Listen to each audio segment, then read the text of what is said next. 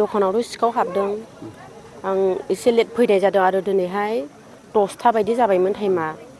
मोजां फांनानै गालांफिनदों आरो बिसोरो दखानखौ आंनि बारान्दायावनो बिराद गोबां मानसि जिरायदों होमब्लाबो बिसोरो थाल गैया मा दखानमोन बेयो आंनि दख'ना गांसेबो गैया लांजोबदों ब्लाउस साद्रि दाम गोसा गोसानि दङमोन गालांखाखै लांजोबखादों बेसेबांसोनि दंमोन गासैजों अनुमान 2 लाखनि खाथियाव दङमोन बे गासिबो लांजोबदों लांजोबदों गालांखाखै ब्लाउसआथ' दिप मैयासो लाबोदेरदोंमोन आङो सुइटार दामि दामि दङमोन दा गैले आरो लानानै थांजोब्बाय ओरैनो फिसा फिसौल' दङ घटनाया मा टाइमाव जादों होननानै सन्देह खालामदों आन्दाज खालामदों टाइमाथ' मोनायावनो जागोन आं टाइमखौथ' बुंनोबो हाले बोरै मिथिया नोङो बे बिदि नोंनि दखानाव सिखाव हाबदों होननानै आङो बैयाव फैनानै जिरायबाय थाफैदोंमोन ओमफ्राय सासे बिखुनजो जानाया नोंनि दखानावथो ब्लाउस लायनो होनना लिंबोबाय आरो आंखौ ओमफ्राय आं फैबाय खेंफैबाय दानिया थाला मा खेबस'जोबनायनि नुफैबाय ओमफ्राय खाथियावनो जोंनियाबो बिफा दङमोन लिंहरबाय आङो बिदिनो ओमफ्राय बाजाराव मानसि दंमोन बिसोरबो फैबाय नुफैबाय खेंनानैहाय गैया लांदां गोजा सोरखौबाफोर सन्देहफोर खालामदों नामा नोंथांमोना आंथ' सन्देहबो खालामनो सोरखौ सन्देह खालामनाय मिन्थिया जाहैबाय नुवाखैबो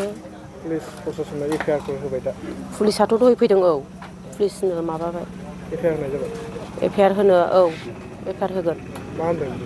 पुलिसफ्रा होनदों हाफपेन्ट गांसे थालांदों बे हाफपेन्टआथ' गावसिनि गाननाय फुरानासो माबा गोदानखौ गाननानै थांदों जोंदां बिसोरो ओंखायनो फुराना थालांदों बेखौ दा सिखावनि दा पुलिसा बेखौ लानानै थांबाय बेखौथ' जोङो बाजार कमिटिनि हिसाबैहाय जों बेखौनो लुबैयो जों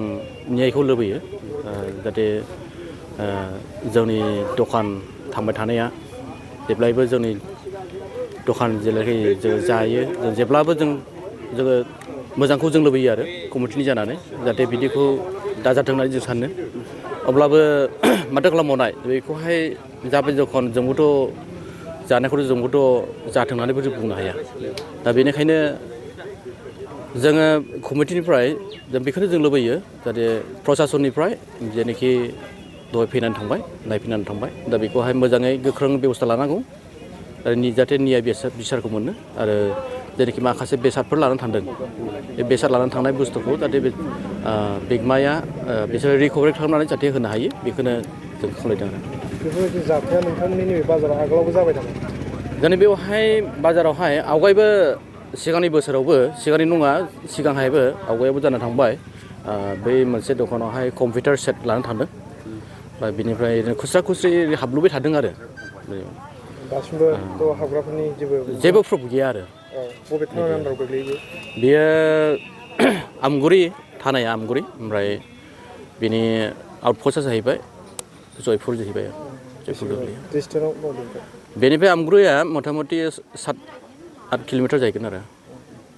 बिथांमोन पुलिस प्रशासननिफ्राय खुनु माने पेट्रलिं गैया दा बेखौनो जों जोंनि कमिटिनिफ्राय बेखौनो जों लुबैयो फैबाय थानाय समावहाय जाहाथे जोंनि बे ओनसोलावबो हरनि समावहाय जाहाथे पेट्रलिंआ सोलिबाय थायो जाहाथे जों बेनि गाज्रि नोजोरनिफ्राय जाहाथे जों बे दखाना जाहाथे रैखाथिखौ मोनो दा बेखौहाय जों खावलायबाय आरोखि